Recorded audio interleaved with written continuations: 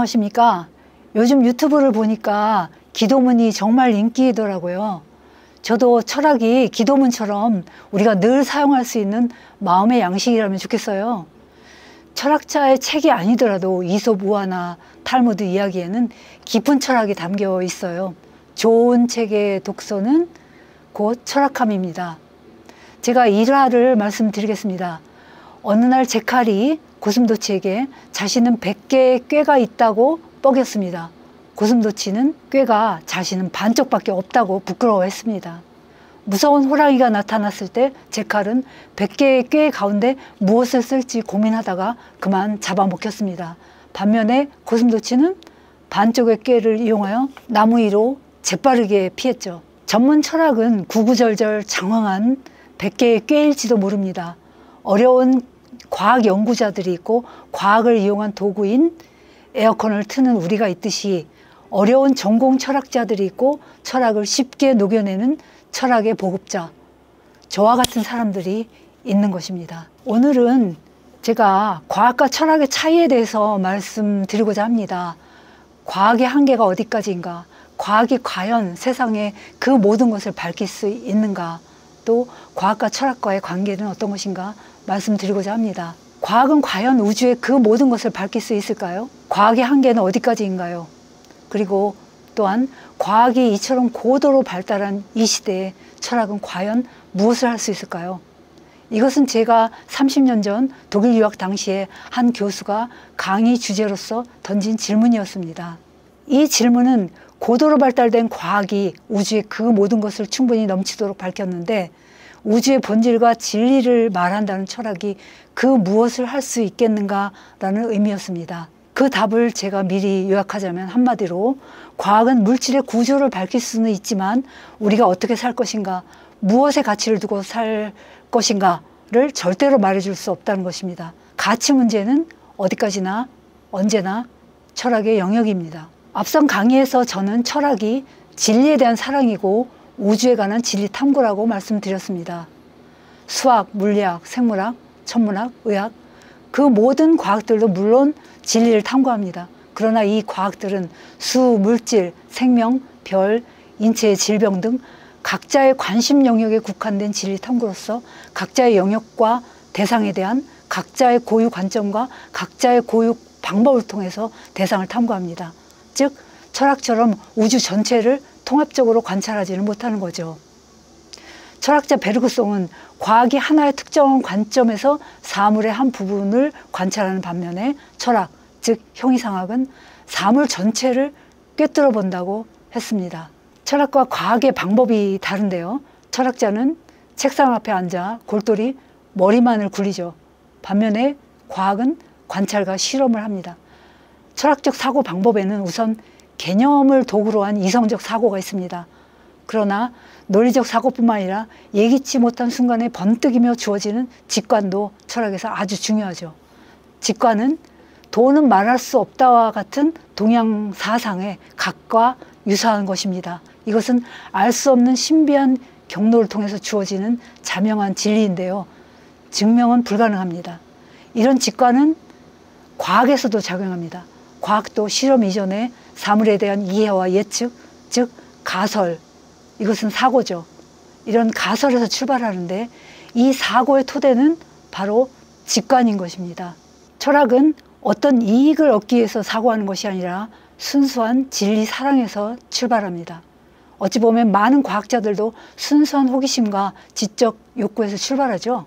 과학도 과거에는 철학의 일부였고 철학의 딸이었습니다. 그러나 과학적 발견은 곧바로 운명적으로 돈으로 이어집니다.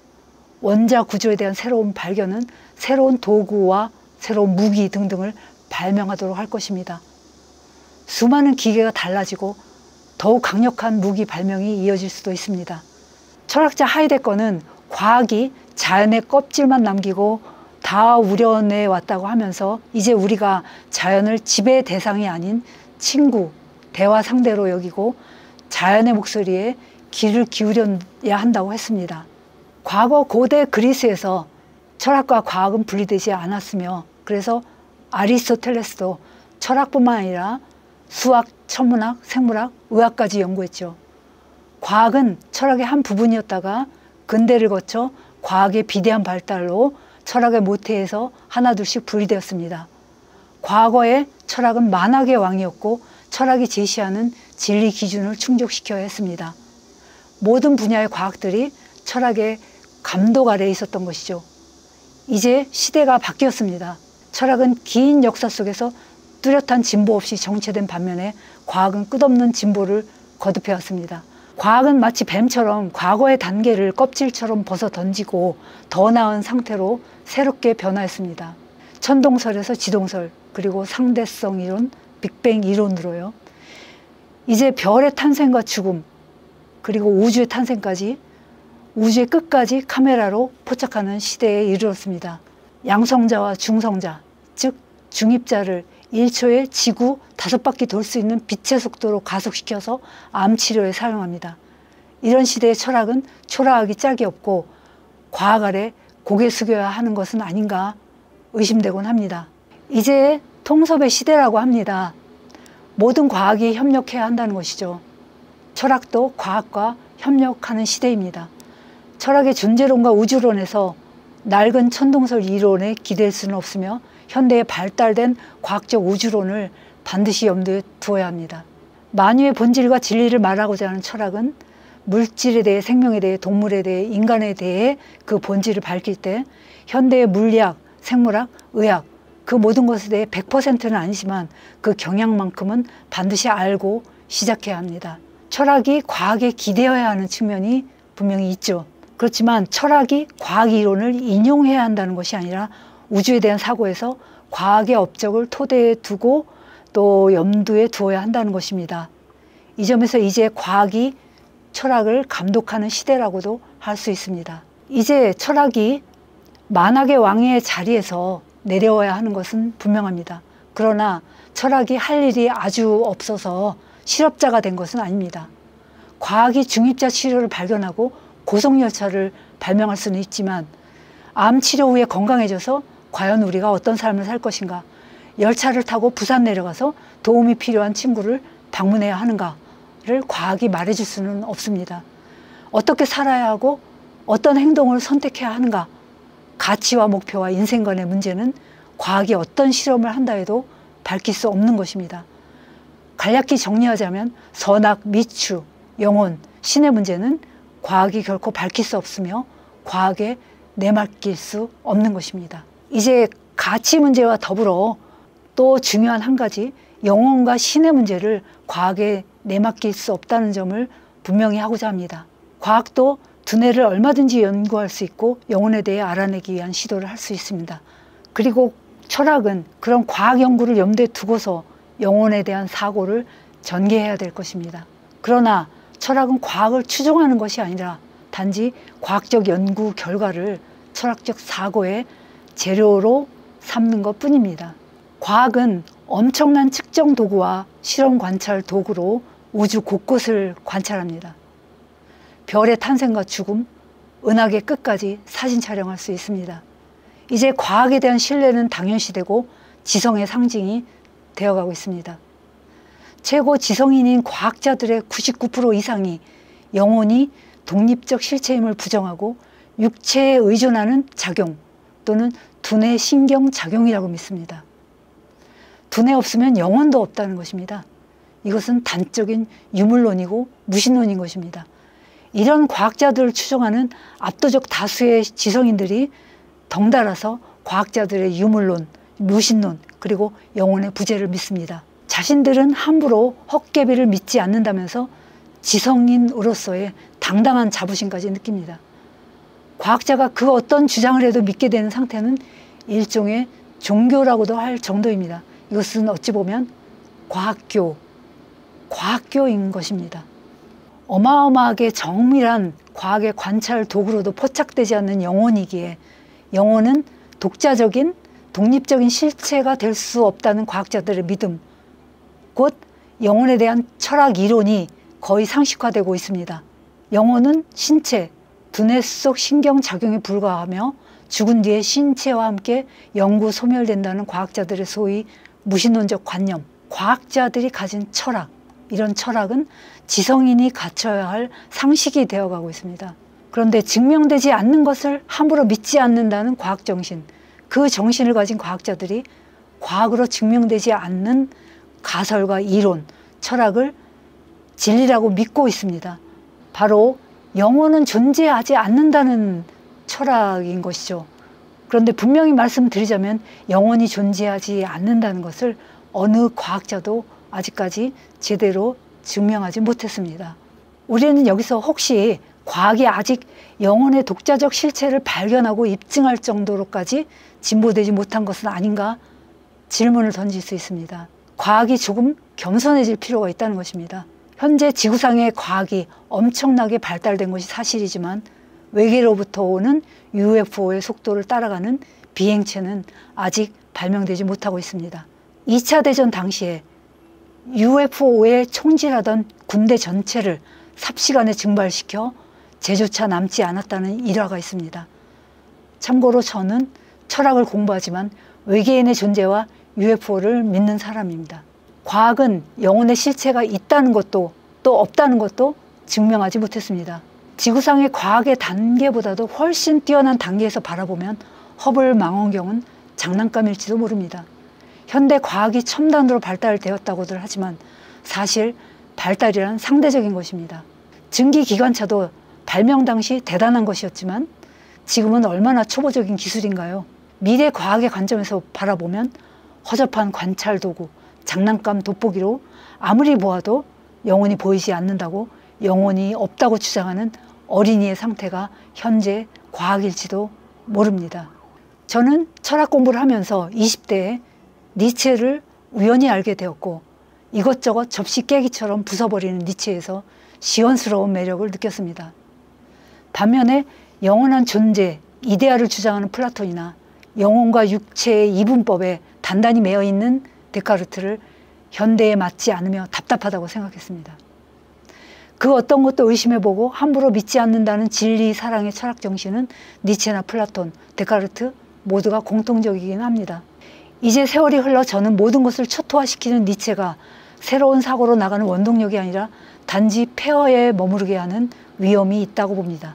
저는 과학자들이 환각 현상에 불과하다고 보는 임사체험, 죽음에서 삶으로의 회귀, 즉 수많은 임사체험의 사례를 접하고 영혼의 불사를 믿게 되었고 니체를 뒤로하고 오히려 데카르트와 플라톤을 급선회하면서 받아들였습니다. 참고로 미국에서 매일 774명이 임사체험을 한다는 보고가 있습니다. 철학은 당연한 것을 의심하는 용기이기도 하지만 어떤 것이 진리라면 의심스러운 것을 믿는 용기이기도 합니다. 여기서 어떤 것이 존재함을 어떻게 믿게 되는지에 대해 좀 더 얘기해 보겠습니다. 예를 들면 캐나다라는 국가가 있죠. 제가 가본 적은 한 번도 없고 지도와 사진과 영상으로만 보았고 책과 뉴스에서 가끔 보았습니다. 근데 그것만으로도 캐나다가 존재한다는 것을 자동적으로 믿게 되었죠. 누구나 그렇습니다. 우리는 살아가면서 완전히 증명된 사물만이 존재한다고 믿고 사는 것은 아닙니다. 이제 수백만, 수천만의 인구가 의학의 발달에 힘입어 대개 병원 응급실에서 죽음을 체험하고 다시 생으로 돌아오는 시대입니다. 사후 영혼의 존재를 체험한 사례가 너무나도 넘쳐나는 시대입니다. 캐나다의 존재만큼이나 영혼의 존재는 상당히 믿을 만한 것입니다. 사후 영혼의 존재는 단순히 다수결이라 믿을 만한 것이 아니라 무수한 증거와 증인들이 있기 때문에 믿을 만한 것입니다. 뇌의 죽음 뒤에도 주변의 모든 것을 보고 들은 환자, 즉 임사 체험자들을 지켜본 병원 응급실과 수술실에 무수한 증인들, 의사와 간호사들이 있기 때문입니다. 이미 근대의 데카르트가 영혼과 육체의 이분법을 발견했고 영혼과 육체, 영혼과 물질은 전혀 다른 이질적 본질이라는 걸 밝혔으며 영혼은 사유하는 존재, 사유실체, 물질은 부피를 가진 존재, 연장실체라고 정의했습니다. 그에 따라서 과학과 종교의 분리를 주장했습니다. 과학이 지동설을 주장했든 천동설을 주장했든 교회는 간섭 말라. 그리고 반대로 교회가 영혼의 불사이든 신의 존재이든 그 무엇을 주장해도 과학자는 간섭 말라고 경계선을 그었습니다. 이렇게 보면 교회가 지동설을 거부한 것과 마찬가지로 과학자가 영혼의 독립적 존재 여부를 주장하는 것은 자기가 다룰 수 있는 대상 범위를 초월한 것입니다. 이것은 과학자가 영혼은 없다라는 철학적인 주장을 하는 것입니다. 즉 증명을 전제로 어떤 주장을 하며 증명을 좋아하는 과학이 제대로 된 증명 없이 임사체험은 환각현상과 닮아있다. 고로 환각현상이라 단정짓고 영혼의 독립적 존재는 없다. 사후세계는 없다는 철학적 이론을 펼치는 것입니다. 과학이 경계를 초월하여 철학으로 넘어갔다는 것은 어려운 말로 범주 한계 위반의 오류라고 합니다. 이것을 빗대어 말하자면 정형외과 의사가 임산부를 검진하고 출산을 돕는다면 어떻겠습니까?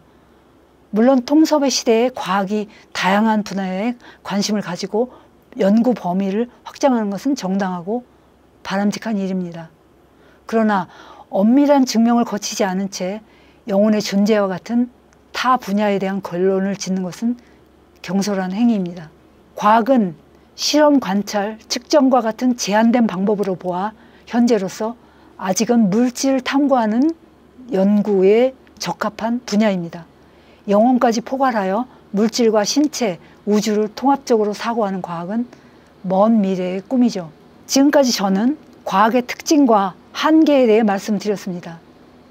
약은 약사에게, 진료는 의사에게라는 말처럼 영역의 구분이 있고 물질을 다루는 과학과 영혼과 신을 다루는 철학 또는 종교가 다루는 영역이 각기 다르다는 것, 과학이 다른 영역을 침범하지 말아야 한다는 것을 말씀드렸습니다. 세계 최고 고성능 돋보기로 안 보인다고 영혼이 없다고 주장하는 것, 영혼이 뉴런의 움직임의 결과, 즉 두뇌 현상에 불과하다고 하면서 영혼의 독립적 존재를 거부하는 것은 오류입니다. 반대로 영혼이 눈에 안 보인다고 해서 말도 되지 않는 신의 형상을 제시하거나 내세우는 집단의 행위, 그 기만과 착취도 오류이며 악인 것입니다. 후자보다는 차라리 전자가 낫기는 하겠습니다. 이상으로 저의 이야기를 흥미롭게 들으셨다면 구독과 좋아요를 추가해 주시기를 부탁드립니다. 감사합니다.